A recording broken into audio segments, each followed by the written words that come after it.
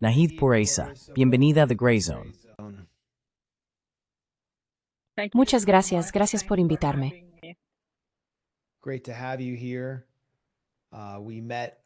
Encantado de tenerte aquí. Nos conocimos aproximadamente un mes antes de la Guerra de 12 días, y ahora ya ha pasado más de un mes desde la guerra. Quiero conocer tu perspectiva sobre lo que ocurrió durante esos 12 días.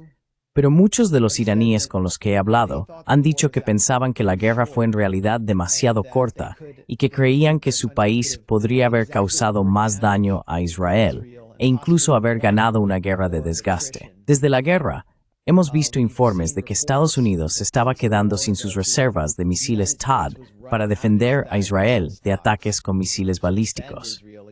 ¿Cuál es tu opinión sobre este análisis de que Irán en realidad debería haber seguido presionando a pesar del daño que sufrió?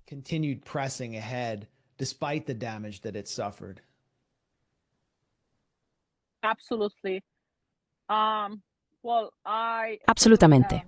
Bueno, todavía estoy tratando de asimilarlo. Cuando hablan de antes y después de la guerra, pienso, oh, eso realmente sucedió.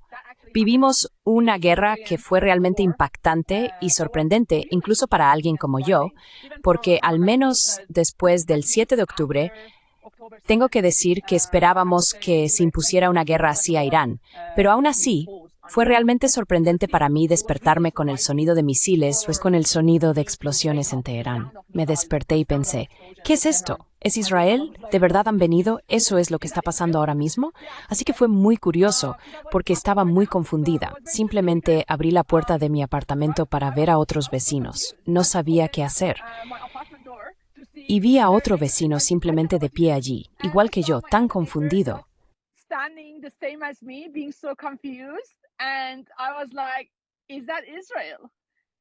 Y yo dije, ¿eso es Israel? Y él respondió, creo que sí.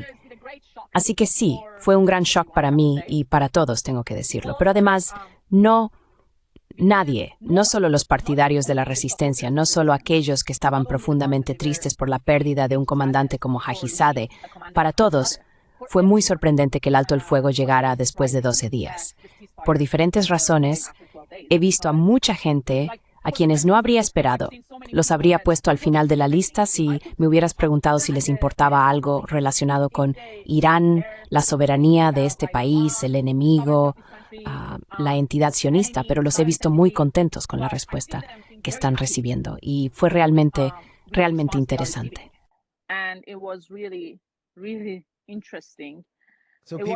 Así que las personas que no apoyaban la revolución islámica en realidad aplaudían los ataques con misiles balísticos.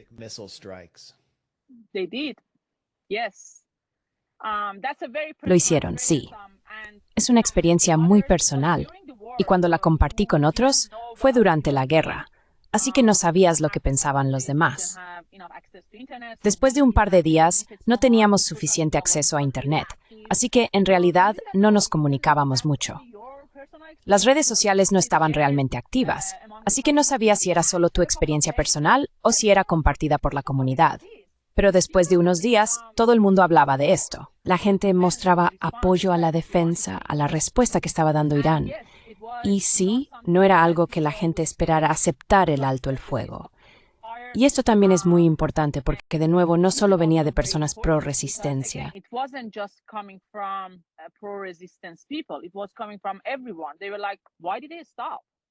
Venía de todos. Decían, ¿por qué se detuvieron? Podríamos haber continuado. De repente, la escala del nosotros se hizo tan grande, se volvió mucho mayor. El nosotros que teníamos, no sé, en Mujer, Vida, Libertad, era mucho más pequeño. Y después del ataque de Israel se convirtió en un nosotros mucho más grande, lo cual es muy, muy importante y fundamental.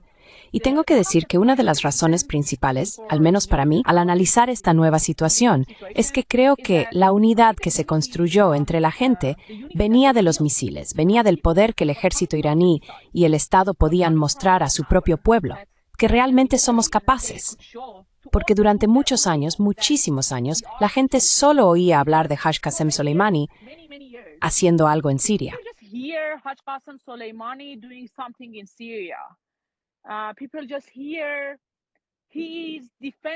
La gente solo escucha que está defendiendo a Irán. Si la guerra no está en Siria, estará en Teherán. Esto les suena a retórica. Les suena, oh, el Estado solo está usando esto como un arma para oprimir a la gente o para manipularla o para engañarla. No, hay algo imaginario que están inventando solo para mantener fuerte al Estado. Sí. ¿Qué es la soberanía militar cuando en realidad no dependes de Estados Unidos? Sabemos lo duros que son. Sabemos lo fuerte que es la entidad sionista. Pueden destruirlo todo si quieren. Y de repente, el enemigo que no era real, que estaba fuera de las fronteras, que era algo que pensaban que solo era retórica e imaginario o algo así, se volvió tan real.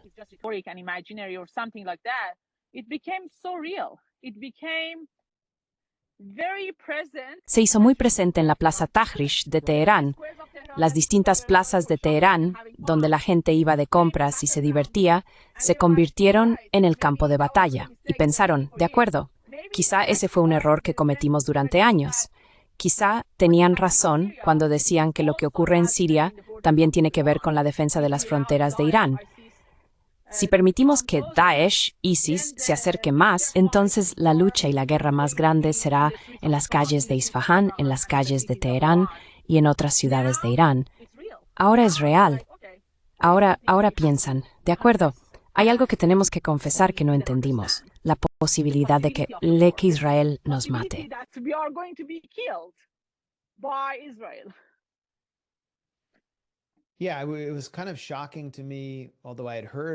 Sí, fue algo sorprendente para mí, aunque ya había oído hablar de estas actitudes cuando estuve en Irán un mes antes de la guerra.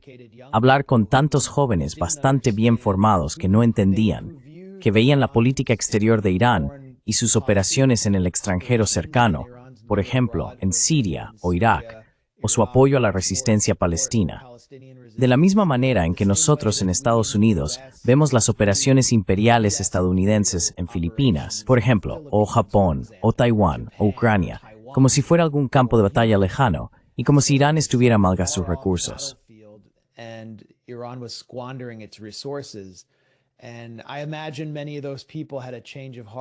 Y me imagino que muchas de esas personas cambiaron de opinión cuando las mismas fuerzas que estaban acercándose a las fronteras de Irán, en realidad, llegaron, como dijiste, a la Plaza Tahrir, que es un lugar turístico muy conocido en las zonas acomodadas del norte de Teherán.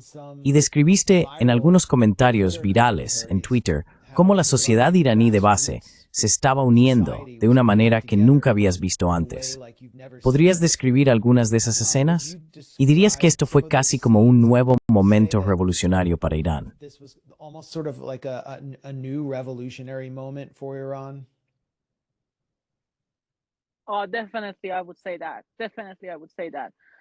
Oh, definitivamente, yo diría eso. Definitivamente lo diría.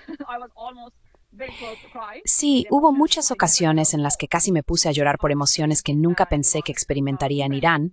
Diferentes tipos de emociones. Fue realmente interesante. Estaba en la calle con un par de amigos y un hombre muy mayor se nos acercó y nos ofreció unos dulces con té. Creo que pensó que estábamos un poco perdidos o que no sabíamos a dónde ir. Simplemente le dimos las gracias y lo apreciamos. Y él dijo, ¿estamos juntos en esto? Y yo pensé, sí, lo estamos. Pero me llevó un par de segundos responder porque estaba pensando, ¿qué está pasando? No lo entiendo. Entiendo que la gente en Irán es muy amable y eso está arraigado en la cultura, pero también has visto tanta actitud individualista que se ha vuelto algo normal en los últimos 10 o 20 años.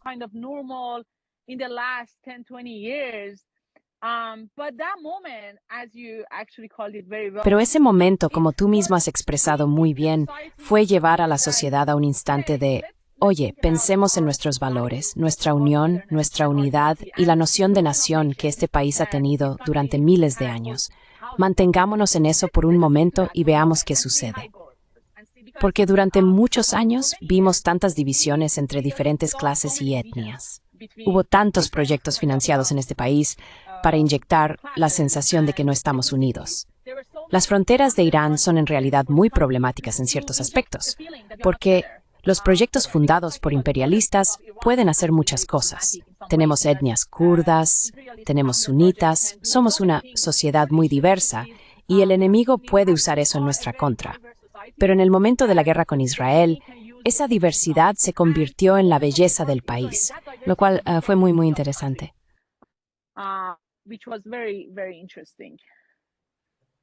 And so after the war, we have seen. Y así, después de la guerra, hemos visto, creo que por primera vez, que se cantan en público canciones nacionalistas anteriores a la República Islámica y campañas de carteles que honran a héroes del nacionalismo iraní que vivieron antes de la revolución iraní. ¿Qué significa esto? ¿Está el régimen iraní apoyando un cambio unificador, alejándose de la estricta tutela clerical hacia un mayor nacionalismo y una narrativa nacional más activa en respuesta a esta guerra? Kind of a more inclusive national narrative in response to this war?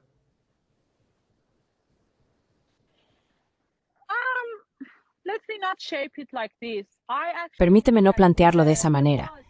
En realidad creo que existía un sentido de nacionalismo progresista, un nacionalismo antiimperialista, no del tipo racista, no del tipo que ignora o es reacio a abrazar la diversidad, sino del tipo que realmente intenta unificar a todos contra el verdadero adversario, que es el imperialismo, que es el sionismo. Y no se limita solo a las fronteras de Irán. Remitámonos a lo que Sayyid Ali Khamenei siempre ha intentado articular para todos. No se trata solo de que Irán deba ser fuerte y de que se deba practicar cada vez más un sentido de nacionalismo. También se trata de la unificación entre musulmanes. El mayor enemigo para nosotros es la división entre chiíes y suníes. Así que quien más se opone a esta actitud sectaria es el liderazgo de Irán.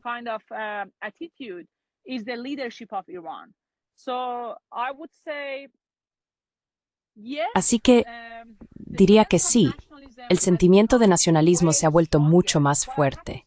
Pero también tengo que decir que, porque existía una mayor plataforma para que la gente realmente creyera en el sentido de nacionalismo detrás del trabajo que Haid Qasem Soleimani realizó en Siria. Antes de eso, la comprensión de lo que Soleimani estaba haciendo estaba muy relacionada con el Estado y existía una brecha entre el pueblo, el Estado y el nacionalismo. Así que entender lo que Soleimani hacía no era realmente fácil ni directo para la gente común. Y quizá ese sea el problema del Estado, educar realmente a la gente sobre las razones detrás de estas actividades. Pero durante la guerra creo que esas brechas se fueron reduciendo cada vez más, de modo que el enfoque del Estado se volvió más claro, que lo que estamos haciendo ante todo es proteger y defender el suelo de Irán.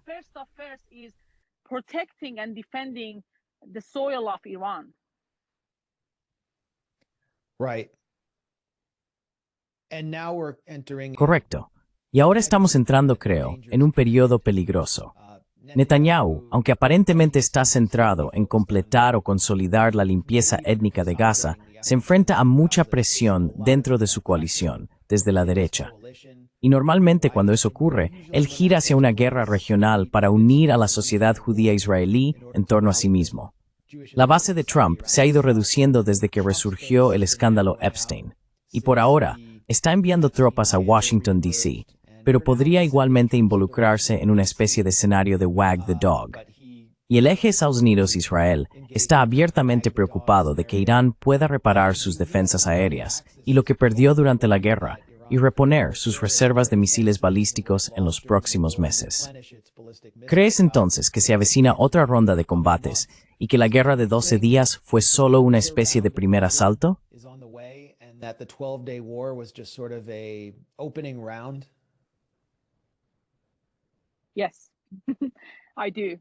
I think. Sí, lo creo. De hecho, quiero referirme a una explicación muy interesante sobre la guerra, donde dijeron que fueron 12 días de guerra, no una guerra de 12 días. Es una guerra que va a continuar y que empezó mucho antes.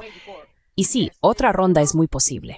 Como mencionaste, está la invasión terrestre de la ciudad de Gaza, pero también Netanyahu habló del plan del Gran Israel o algo así, lo cual fue muy interesante porque incluso Arabia Saudí salió a denunciarlo diciendo, vale, ¿qué es esto? Así que Netanyahu está logrando que incluso aquellos que preferían guardar silencio se posicionen más abiertamente en su contra. Right. I mean, I wouldn't invest too much Quiero decir, no invertiría demasiado en lo que Arabia Saudí o Turquía están haciendo o diciendo a Israel, porque sería un gran error para Irán confiar realmente en las respuestas que estos países están dando a Israel. Pero también es muy importante considerar la relación entre Israel y otros países de Asia Occidental. Otra ronda de guerra es muy posible. Y creo que esta vez es muy diferente, porque la sociedad realmente está esperando la guerra. No estoy hablando del Estado, no estoy hablando de la Guardia Revolucionaria, no estoy hablando de la preparación militar. Todo el mundo está hablando realmente de la guerra, cuándo va a ocurrir y cómo va a ocurrir.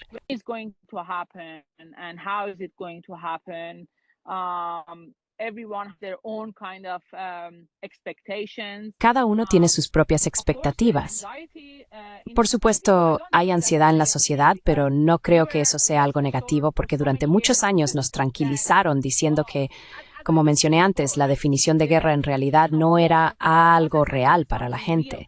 Nadie la definió para la población porque siempre estaba fuera de las fronteras de Irán. Ahora que se siente y se entiende, se ha convertido en una nueva norma para la gente. Y eso es bueno, porque tenemos que, de hecho, ya es tarde. Deberíamos haber comprendido este mismo fenómeno mucho antes de que la entidad sionista nos atacara.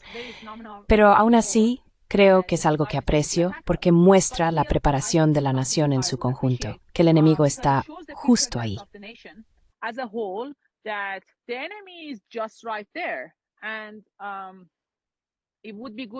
Y sería bueno que hablemos sobre Azerbaiyán y lo que está ocurriendo allí, porque ahora los vemos aún más cerca.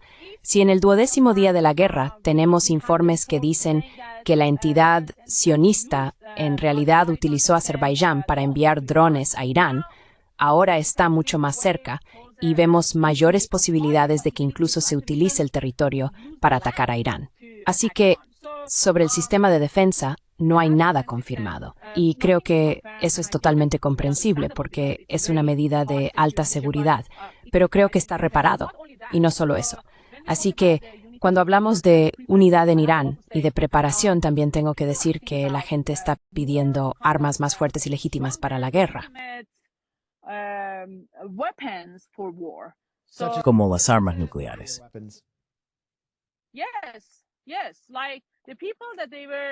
Sí.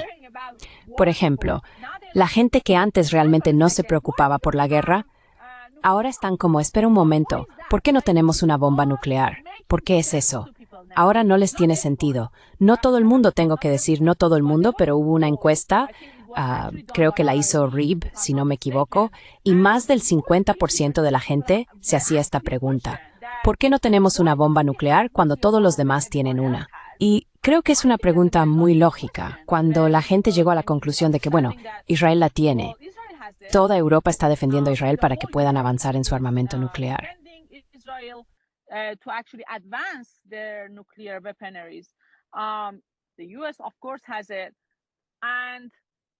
Estados Unidos, por supuesto, lo tiene. Así que, ¿por qué no nos das una muy buena razón de por qué no deberíamos tenerlo ahora mismo, cuando de todos modos estamos siendo atacados? Cuando estábamos en negociaciones con Estados Unidos, fuimos atacados. Entonces, ¿cuál es el sentido? Déjanos claro por qué no deberíamos tenerlo cuando el enemigo lo tiene. Y cuando el propio enemigo dice muy claramente, estuve usando los 60 días de negociación tecnológica para engañarte o para preparar todo y realmente te atacar. Así que los 60 días terminaron y en el día 61 te atacamos después a aprobar resolución contra Irán.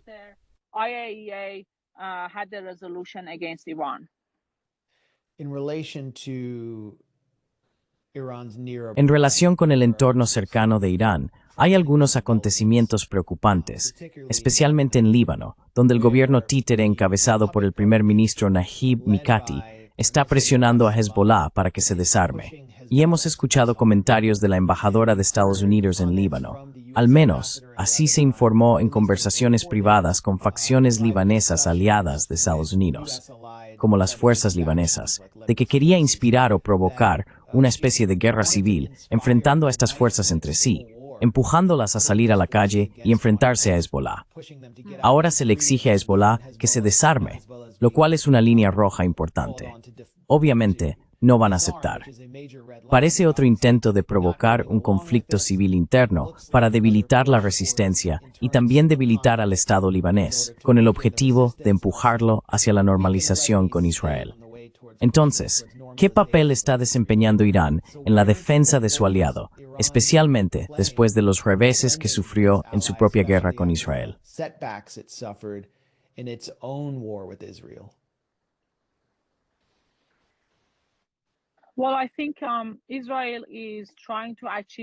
Bueno, creo que Israel está intentando lograr lo que no pudo conseguir en la guerra con Hezbollah y ahora están intentando usar la política para conseguirlo. Definitivamente no va a suceder el desarme de Hezbollah. No creo que ni siquiera ellos se imaginen que mañana el jeque Naim Qassem vaya a decir, oh, sí, claro, vamos a entregar nuestras armas, para que al día siguiente ya no exista Líbano. Ellos mismos están hablando del gran Israel. ¿Y qué significa eso? Definitivamente take al Líbano. Sí. Así que, si yo fuera libanés, aunque no me importara, no sé, la resistencia o Palestina o Gaza o el hambre de los niños en Gaza, me preocuparía por mi propio país. Pensaría, vale, en realidad es muy sensato que apoyemos a Hezbollah, aunque yo sea cristiano o suní o lo que sea. Por ahora tenemos que estar juntos, porque si no, mañana vamos a ser completamente devorados por la entidad sionista. Creo que tienes razón. El conflicto civil es lo que ellos buscan. Quieren algo parecido a lo que ocurrió en Siria. Buscan una situación muy caótica en Líbano para digamos, en el sur de Beirut, esté dividida entre chiíes y suníes. Ese es su sueño. Eso es lo que quieren.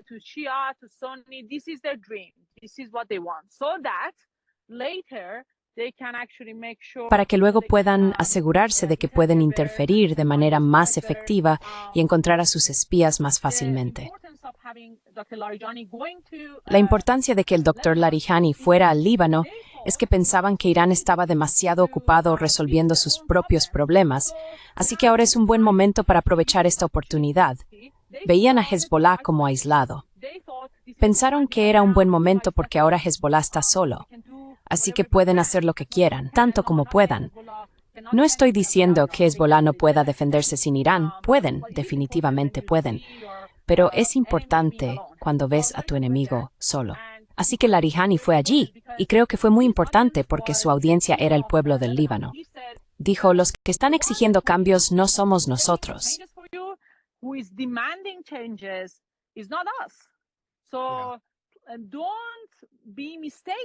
Así que no te equivoques ni confundas al enemigo y al amigo del Líbano. Irán nunca, jamás ha sido quien ha querido interferir en vuestros asuntos internos. Es Estados Unidos quien realmente está exigiendo cambios, dándoos plazos, diciéndoos exactamente cuándo, cómo y dónde deben hacerse las cosas. Y eso no es Irán. Así que la propaganda contra Irán es realmente muy, muy intensa. Pero creo que es fundamental que Irán hable directamente con el pueblo libanés. Y vimos un apoyo magnífico a la presencia de Larijani allí. Vimos que se reunió con el primer ministro, el presidente, con todos, y fue muy gracioso porque cuando le preguntaron si se reuniría con el primer ministro del Líbano, dijo, no tengo tiempo. Y creo que eso estuvo muy bien. No necesitamos ver a todo el mundo.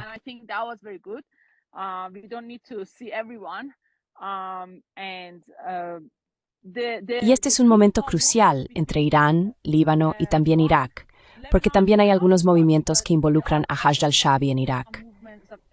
Ayer fue Arbaín. Más de 20 millones de personas fueron a Karbala, algo que solo fue posible después de que Haji Qasem Soleimani y Hashd al-Shaabi derrotaran a Daesh.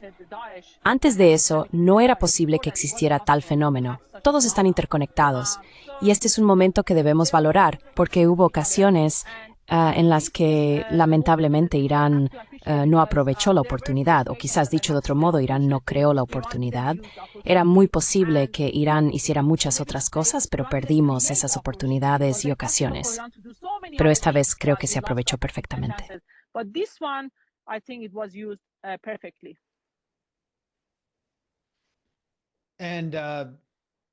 Y mencionaste Azerbaiyán antes.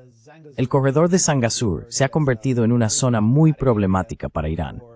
Ali Velayati ha advertido que el corredor económico entre Azerbaiyán y Armenia, que fue negociado por Trump, posicionará a la OTAN, en sus palabras, como una víbora entre Rusia e Irán. Esta es una zona que antes era casi inaccesible, salvo a través de Irán, y que tiene acceso al Mar Caspio. Irán se opone tanto a la apertura de este corredor hacia Occidente, que en palabras de Velayati, lo convertirá en un cementerio para los mercenarios de Trump. ¿Cuáles son entonces las implicaciones para Irán de la llamada ruta de Trump para la paz y la prosperidad internacional, que es como Armenia y Azerbaiyán han presentado esto para ganar el apoyo de Trump?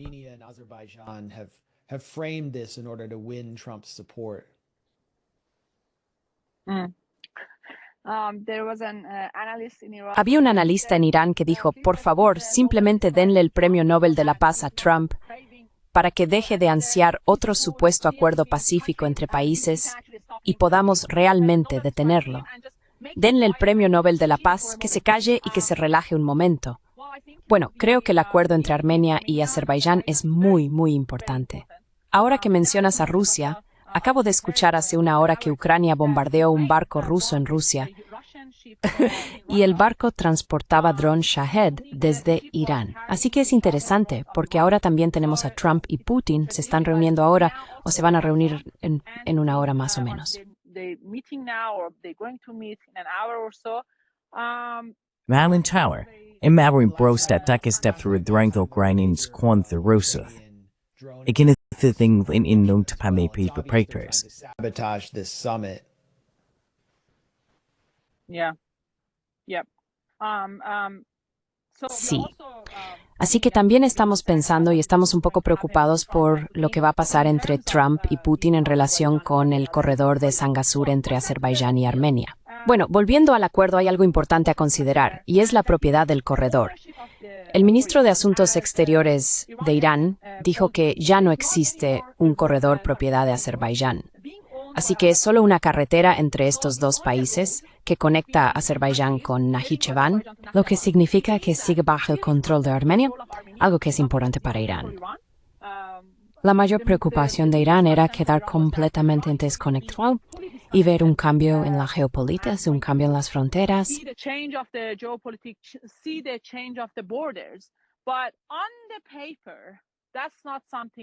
Pero en los papeles, eso no es algo que esté escrito, lo cual es importante tener en cuenta.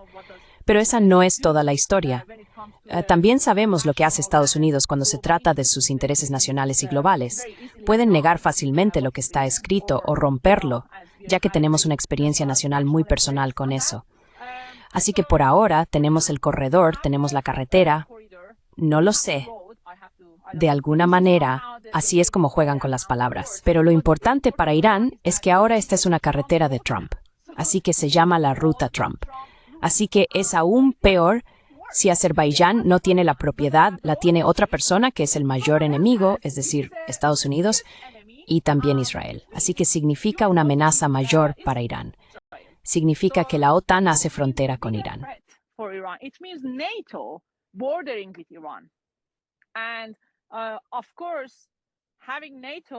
Y por supuesto, tener a la OTAN en la frontera noroeste de Irán no solo es una amenaza para nosotros, también lo es para Rusia y para China, así como para los corredores importantes para China. Pero sin duda Israel va a beneficiarse mucho. Están mostrando mucha felicidad y entusiasmo al anunciar tal acuerdo, porque Azerbaiyán está proporcionando casi el 40% del petróleo para Israel.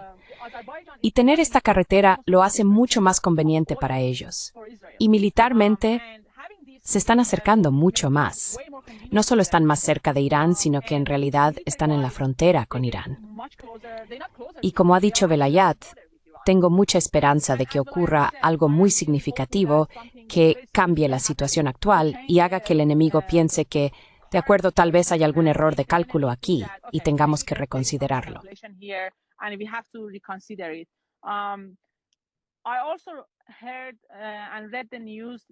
También escuché y leí en las noticias esta mañana que Irán ha interrumpido el tráfico en la carretera en los últimos días. No permitieron que los camiones avanzaran y también impusieron algunas limitaciones al combustible que pueden usar. Hay cierta tensión ahora mismo en la frontera, lo cual en realidad me parece bien. porque no podemos simplemente quedarnos de brazos cruzados y esperar a que Donald Trump venga y niegue lo que está escrito allí y haga lo que quiera.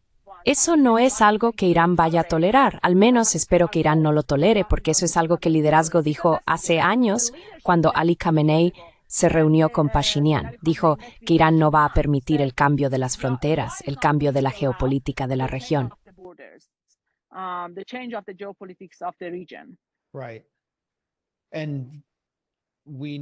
Correcto. Y sabemos que Israel utilizó Azerbaiyán como ruta de sobrevuelo para aprovechar su capacidad de ataque a distancia y golpear objetivos en varias ciudades iraníes.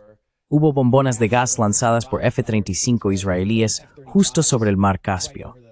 Y también estuvo la muerte muy misteriosa, o accidente de helicóptero, que no fue un accidente, del expresidente iraní Ebrahim Raisi, justo en la frontera con Azerbaiyán. Así que probablemente esta será la más reciente de Irán y la más problemática. Por eso merece la MPA seguirla de cerca.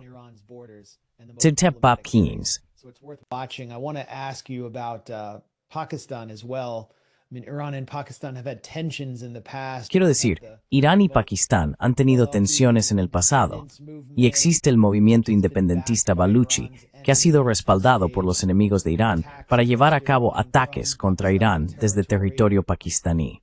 Pero Pakistán fue muy contundente en su apoyo a Irán durante su guerra de 12 días con Israel. Y este mes, el presidente Masoud Pezeshkian se reunió en Pakistán con su homólogo Shehbaz Sharif para llevar a cabo una serie de acuerdos bilaterales de comercio. Están hablando de aumentar el comercio a $10,000 millones al año. ¿Qué tan importante es la relación con Pakistán, especialmente para contrarrestar las sanciones de Occidente y la presión militar?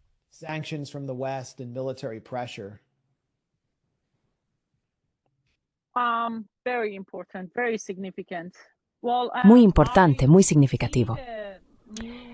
Bueno, veo la nueva situación entre Irán y Pakistán después de la guerra. ¿Fue la guerra de 10 días entre Pakistán e India o 5 días? En realidad no lo recuerdo. Otro logro de Trump digno del premio Nobel.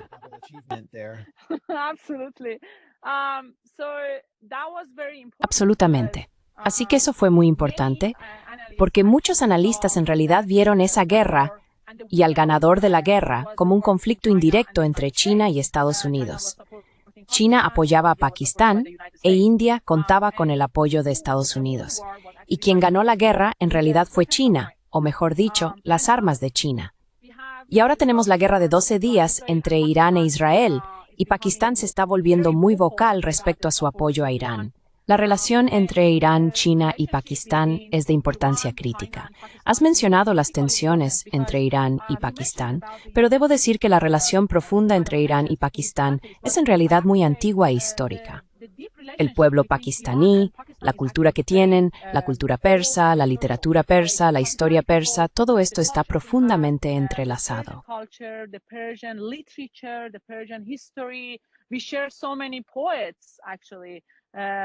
Compartimos muchísimos poetas, de hecho. Ellos estudian literatura persa en sus escuelas. Por ejemplo, hay un poeta muy famoso que nosotros estudiamos en la escuela, y existen lazos muy profundos. Como me dijo mi amigo pakistaní el año pasado, en la superficie parecemos más indios, pero en realidad lo que comemos, lo que leemos y lo que practicamos es más persa. Y hay una base muy significativa para que estas dos naciones estén mucho más cerca. 10,000 millones, eso no es nada, prácticamente nada. Irán, como he dicho, tiene muchísimas oportunidades para crear, usar y aprovechar, pero siempre llegamos tarde para que esto suceda realmente. Estoy muy agradecido de que el presidente Pezeshkian haya ido allí y fue muy importante.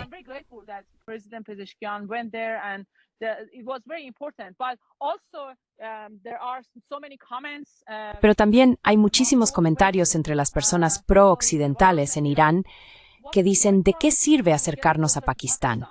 Aquellos que, por así decirlo, promueven una relación con Occidente, el JCPOA, tener negociaciones, tener éxito y todo lo relacionado con ese concepto, restan importancia a la relación de Irán con sus vecinos. Así que es una cuestión muy profunda, un conflicto o quizá una brecha entre alguien como yo, que piensa que en realidad una política de mirar hacia el este y profundizar los lazos con los vecinos es mucho más importante. Si no quiero decir que el otro enfoque es en realidad destructivo, que nos lleva a la guerra, entonces establecer relaciones con países europeos o hacer que Estados Unidos esté más contento con nosotros o convencerles de que no vamos a fabricar una bomba nuclear, ellos ya lo saben y aún así nos bombardean. Nuclear bomb. They already know that. They still bomb us. Yeah. And on the Sí, y en ese sentido, Pakistán es un país con armas nucleares, mientras que a Irán se le impide tener cualquier derecho nuclear, incluso energía nuclear civil, por parte de los ejércitos de Estados Unidos e Israel. La Agencia Internacional de Energía Atómica, bajo Rafael Grossi, se ha alineado claramente con Occidente y ha contribuido a inspirar, creo que ayudó a preparar el terreno para, el ataque israelí al pedir sanciones contra Irán. He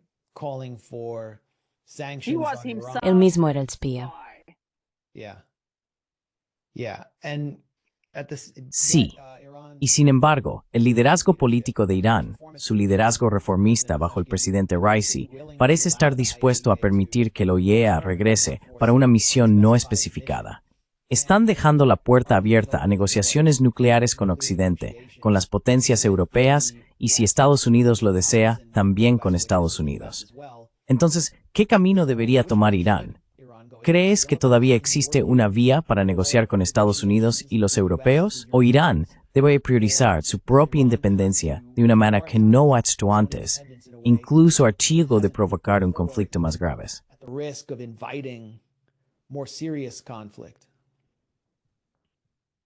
Well, there shouldn't be a question here that Iran has to prioritize. Bueno, aquí no debería haber ninguna duda de que Irán tiene que priorizar su independencia.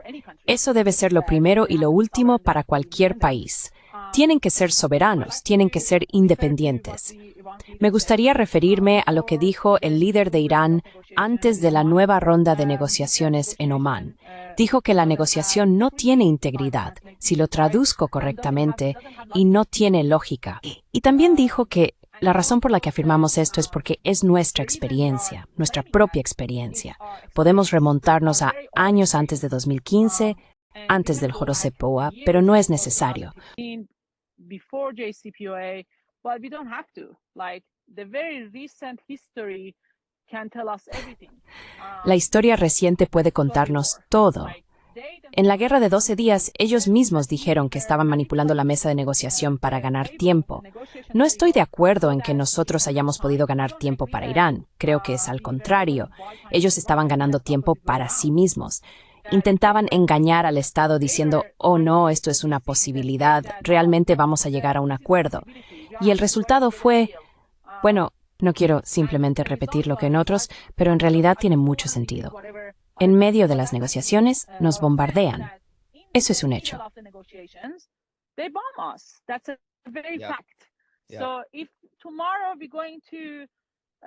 Así que, si mañana vamos a poner la misma mesa y servir la misma comida al enemigo, ¿por qué esperamos que tengan una respuesta diferente? ¿Por qué esperamos que esta vez sean distintos? No hay ninguna razón. Si yo fuera el enemigo, no cambiaría. ¿Por qué lo haría? Al final del día quiero que Irán sea desmantelado. No quiero un gran país. Irán es demasiado grande, como dicen. El tamaño no es lo suficientemente aceptable. Así que tiene que ser roto. Tiene que ser dividido en diferentes partes para que el nuevo mapa de Oriente Medio se acerque realmente a lo que ellos quieren. Con Irán ahora mismo, con este tamaño, no es posible. Y de nuevo, como dijo Seyed Ali Khamenei durante la guerra, en uno de sus mensajes de voz grabados, mensajes de video,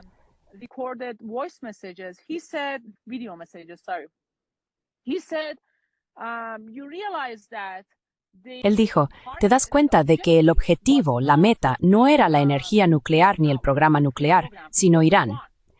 Y creo que a lo que se refería era a la llamada de Netanyahu justo después de que atacaron y mataron a comandantes y científicos nucleares. Pidió a la gente que saliera a las calles y terminara lo que él había empezado. Así que no se trataba del programa nuclear. De acuerdo, matas a todos los científicos y afirmas que has bombardeado las instalaciones nucleares, y luego Estados Unidos terminó el trabajo. Pero ¿por qué pides a la gente que salga a la calle si ese no era el problema desde el principio? Así que estaba muy claro que el problema no es la energía nuclear, es otra cosa.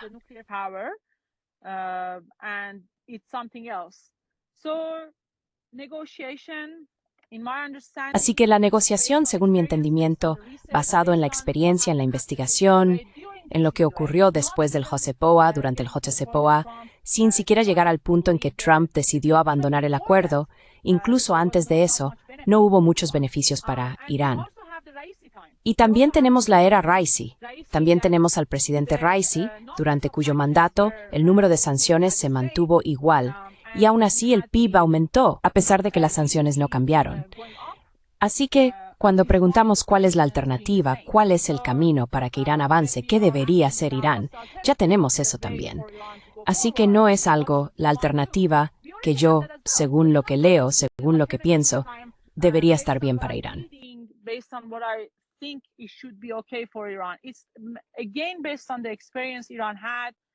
De nuevo, se basa en la experiencia que Irán ha tenido con diferentes actores, con países vecinos, la política de mirar al este, confiar más en el poder autóctono que tienen, ser más creativos, deberían serlo, y también unirse al bloque antiimperialista. Bueno, no unirse, ya estamos ahí, pero confiar en nuestros socios más que antes. Pero ya no hacemos esto. Lo que estamos haciendo en realidad es cerrar todas las puertas, limitarnos con nuestras propias manos y confiar en que el enemigo hará lo que dice que va a hacer. Pero además, esta vez ni siquiera dijeron mucho. Así que ni siquiera nos mintieron mucho, como para decir, oh, Estados Unidos dijo esto, pero hizo aquello. No, en realidad, estaban jugando contigo de forma muy clara. No quisiste ver lo que está pasando.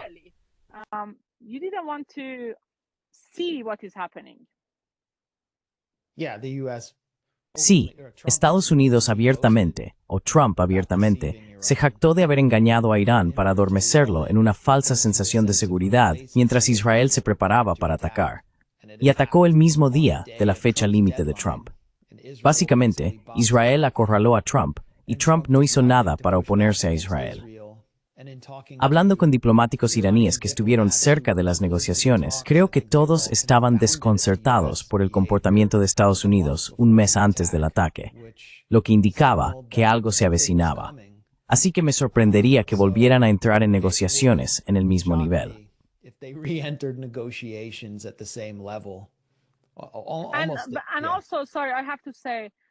Y también, perdón, tengo que decirlo, él amenazó al líder de Irán. Dijo, vamos a por ti y te vamos a asesinar. Así que si estamos hablando de negociación, eso era algo que decíamos antes. Vamos a negociar con alguien que realmente mató a Qasem Soleimani. Así que si fuera Biden, tampoco lo apoyaría. Pero creo que no es la misma persona que asesinó a Qasem Soleimani y lo proclamó con orgullo. Y hace un par de días lo volvió a mencionar. Así que aquí hay algo que realmente duele, y es muy doloroso ver que quien salvó a este país del enemigo murió por esta nación, y todos le tienen tanta devoción. Ver al presidente de Estados Unidos hablando de él una y otra vez, y al mismo tiempo ver que nuestros gobernantes también están dispuestos a hablar con él, esto es simplemente muy doloroso, tengo que decirlo.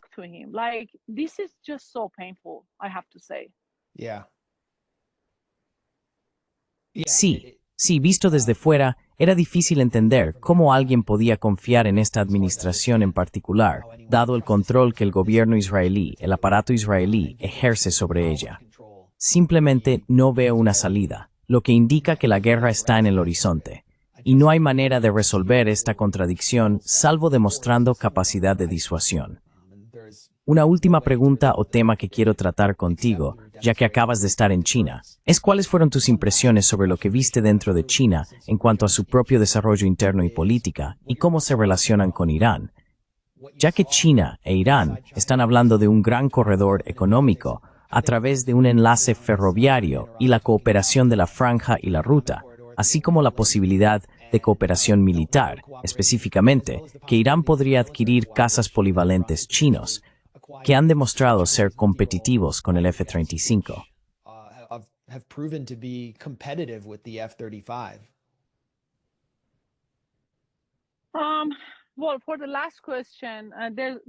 Bueno, respecto a la última pregunta, no hay nada confirmado, pero hay muchas noticias que dicen que Irán ha comprado diferentes sistemas militares, especialmente sistemas de defensa a China, pero no lo anuncian oficialmente, lo cual tiene sentido. Realmente espero que sea así porque las líneas de producción chinas son muy diferentes. Tienen la capacidad, leí un artículo que decía que tienen la capacidad de producir 1000 misiles al día, lo cual es algo muy interesante de lo que Estados Unidos podría aprender, porque se estaban quedando sin misiles para apoyar a Israel en su sistema de defensa. Y sobre mi observación de China, es una nación grandiosa.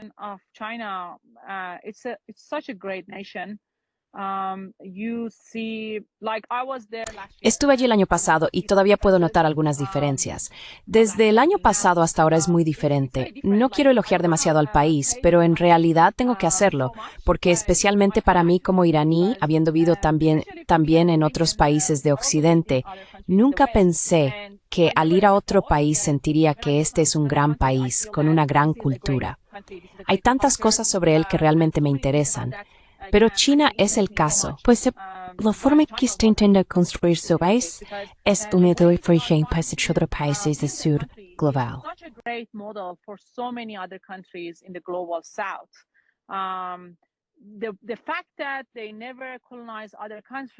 El hecho de que nunca colonizaron otros países, el hecho de que nunca invadieron otros países y que estuvieron en guerra con el Estado japonés fascista durante años y años. Más de 30 millones de chinos murieron durante la guerra y ni siquiera se menciona cuando la gente habla de la Segunda Guerra Mundial.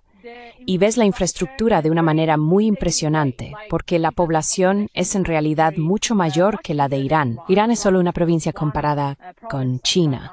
Xinjiang tiene aproximadamente el tamaño de Irán, así que todo es tan grande, todo es tan amplio y todo está tan organizado que ves por la sociedad como está así animada. No ves a ninguna persona sin hogar.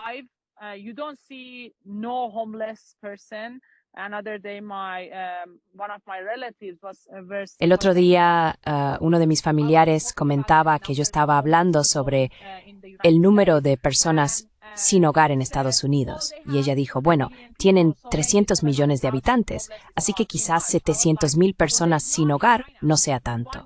Yo le respondí, bueno, en China no hay ninguna y tienen 1.500 millones de habitantes. Así que la estructura de la sociedad, la forma en que el Estado provee a la gente es realmente muy, muy interesante. Y en cuanto a la relación entre Irán y China y la iniciativa de la Franja y la Ruta, tengo que decir que hubo 20 proyectos estatales, proyectos nacionales, que se firmaron entre Irán y China durante la presidencia de Ebrahim Raisi, incluyendo grandes proyectos como aeropuertos e incluso bahías y puertos.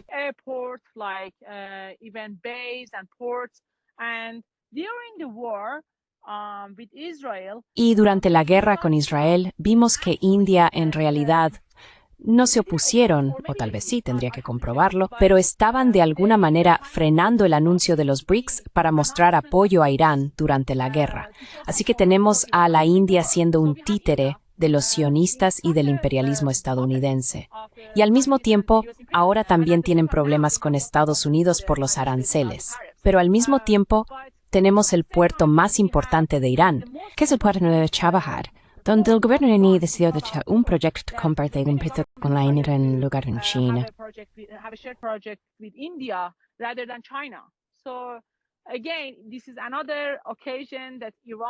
De nuevo, esta es otra ocasión en la que Irán no aprovechó la oportunidad para invertir realmente en infraestructuras dentro de Irán, pero aún así están ocurriendo muchas cosas en términos de la iniciativa de la Franja y la Ruta, también a nivel militar. También veo la relación entre Irán y Pakistán como una parte importante de la BRI y también de la Organización de Cooperación de Shanghái, porque eso también es muy relevante. El día después de que terminó la guerra entre él, el ministro de Irán reuniéndose con el ministro ruso y el ministro de Defensa de la reunión de Shanghái. Así que tengo que concluirse que Ho Chi Minh es un centro y una plataforma muy importante para que Irán vea las oportunidades y observe cómo las políticas de mirar al este pueden realmente materializarse en grandes proyectos nacionales e internacionales como la BRI. In very national and international projects like BRI. Nahid Pureza, muchísimas gracias por acompañarnos en The Gray Zone y por tus fascinantes ideas y valioso análisis. My Un pleasure. placer. Muchas gracias por invitarme.